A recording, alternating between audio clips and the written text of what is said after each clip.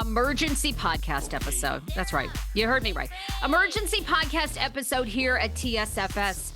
Over this past weekend, there has been a lot of information. I actually feel as though it's misinformation about sister wives, about Garrison Brown, the ruling of his passing. Is it a closed investigation? Is it open? Have you guys seen these headlines? Some of the Brown kids are considering writing tell-all books. And then I actually really enjoyed this story put out by IMDb, how fans are supporting Janelle Brown in some of her darkest days. So I thought I got to jump on. You guys know I'm obsessed with this show. I continue to be in love with all of these individuals. I just feel as though, are we ever going to get a show again of a polygamous family to this degree that people are so invested in? 18 seasons, 18 children. I mean, are we ever going to see this again?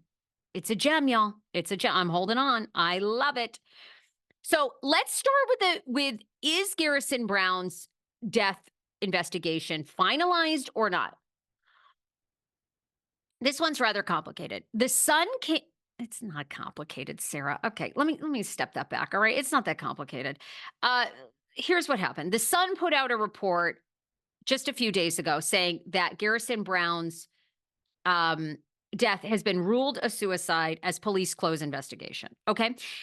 So what we do know, in Flagstaff, Arizona, Garrison Brown took his own life with a self-inflicted gunshot wound on March 5th. Police have said this is correct. He was 25 years old, self-inflicted gunshot wound. The Flagstaff Police Department revealed that the case is no longer under investigation and it's been ruled a suicide. They added police investigation is closed. There is no foul play, and it is not a homicide. He took his own life. However, police are awaiting for the medical examiner's report to see if any additional information needs to be added to the narrative that cops initially included in the police report. All right, this has everybody in touch, reached out to the Flagstaff Police Department. They say the investigation is not closed because you cannot close a case without the medical examiner's final report. What could possibly be in that? Why are we holding up?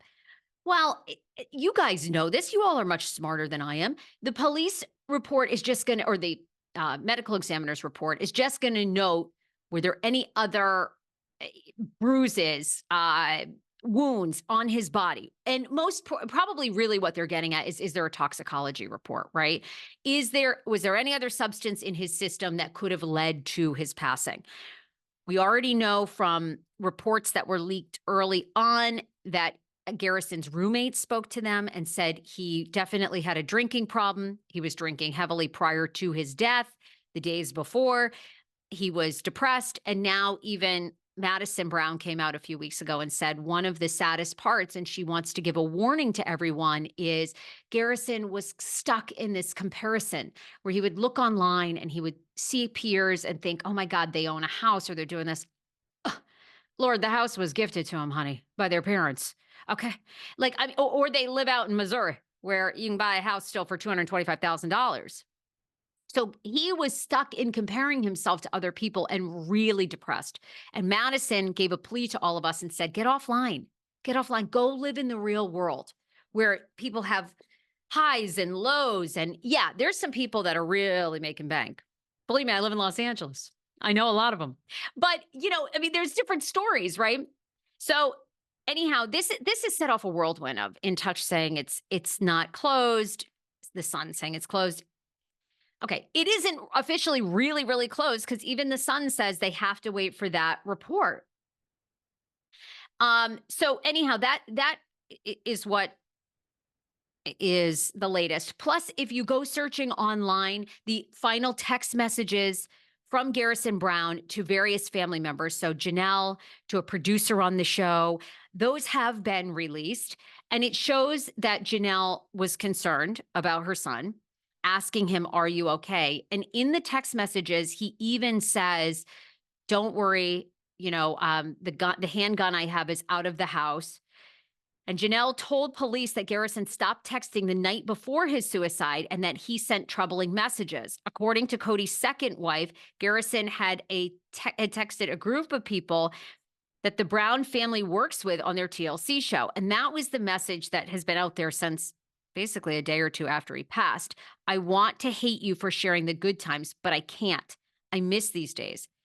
After learning of Garrison's strange text, Janelle told police that she reached out to her son, Gabe, who engaged with her for only a few minutes before she reached out to Garrison after that disturbing text. He engaged with her for only a few minutes before he stopped replying. Janelle remarked, per the report, that she should have gotten Garrison help in the past and noted that he was estranged from his father. So troubling. So more of these text messages are out leaking online on Reddit and other platforms, and you can see, and Janelle kind of goes back and forth with him, like, are you okay, Garrison? Do you want to come over and spend the night? Now, this is the day before he passed. And then the next day, he takes his life. Janelle was concerned because of that text that he sent to the staff, some of the staff members at TLC, some of his family members, sends Gabe over, and Gabe finds him, and he has taken his own life. So we'll wait to see what the toxicology report comes to find out, but it does appear that it was a suicide and the investigation is very close to wrapping up. The other things that have come out, Tony and McKelty are back on their Patreon.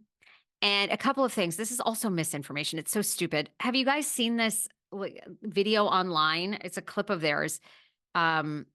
That people are saying proves that Robin and Cody are lazy, sleep in all day, and don't really work. Cody and Robin's honeymoon episode. Right here. Cody and Robin on. I found it pretty interesting. Take a listen. This is from reality snark _ sister. Their TikTok. Thing done a day. Each one of these scenes is a whole day. Yeah. I'm like so sure. Probably. Maybe that's what they did on. Oh my gosh. Okay. That's not something we especially knowing those two. Like they take look forever. They take forever to get ready. They sleep in, which is fine. Nothing wrong with that. They love to be back home and have their nights. All right. Well, Cody and Robin apparently love to sleep in. They don't want to leave the house. Hello. I can relate to that. And they take their time with everything. They're late to everything. So this video is also circulating from McKelty and Tony's recent Patreon. And people have all kinds of things to say about that. Cody and Robin are lazy. They don't work. This proves that Cody's a mooch. Whew. I mean, Lord, can a couple sleep in? Maybe they don't need the money because they're making so much money from Cameo in the show. Okay, not everybody's got to get up and work a 9 to 5. The other part that's trending that people are curious about is, are the sister wives' children doing tell-all books? This was also addressed this past week on McKelty's Patreon. She says that she is seriously considering writing a tell-all book, but she knows she's not under contract with TLC, just her parents are. However, she knows that she's going to anger a lot of people because she wouldn't hold back and she would tell the absolute truth. I will say this, what I do agree with some people online, some bloggers online and other TikTokers, is there does appear to be a lot, like, this is every reality show, right? It seems as though there's a lot going on with this family that we have no idea about. And I do believe we're going to be quite shocked to learn sort of the inside info, the in and out of what the truth is. More like this is giving me, not on the Duggar side in the sense that, one of the kids was this creepy sexual predator, but it's just giving me vibes that there's a lot more about this show than meets the eye. And when McKelty wants to write a tell-all, I'm like, who's she going to anger? I get her mom, David Woolley. I mean, like, who's going to be so, I'm sure Cody and Robin, they know they're villainized. It's been on again, off again that they hired a PR company. Tony and McKelty were the ones that were like, I don't think they hired a PR company. And if they did, Robin would never take their advice. I mean, that seems pretty truthful there. They have also said that Gwendolyn is wrestling with, now Gwendolyn has shut down her YouTube subscription page for now. Her Patreon, she hasn't been back. Of course, they're still dealing with the passing of Garrison. But McKelty apparently wants to write a book, and Gwen, and they also have said some other family members, kids are really toying with it. I believe Meri is going to write a book as well. Meri has also teased this on her social media. She recently got an LLC to launch her entertainment company. I've said this before.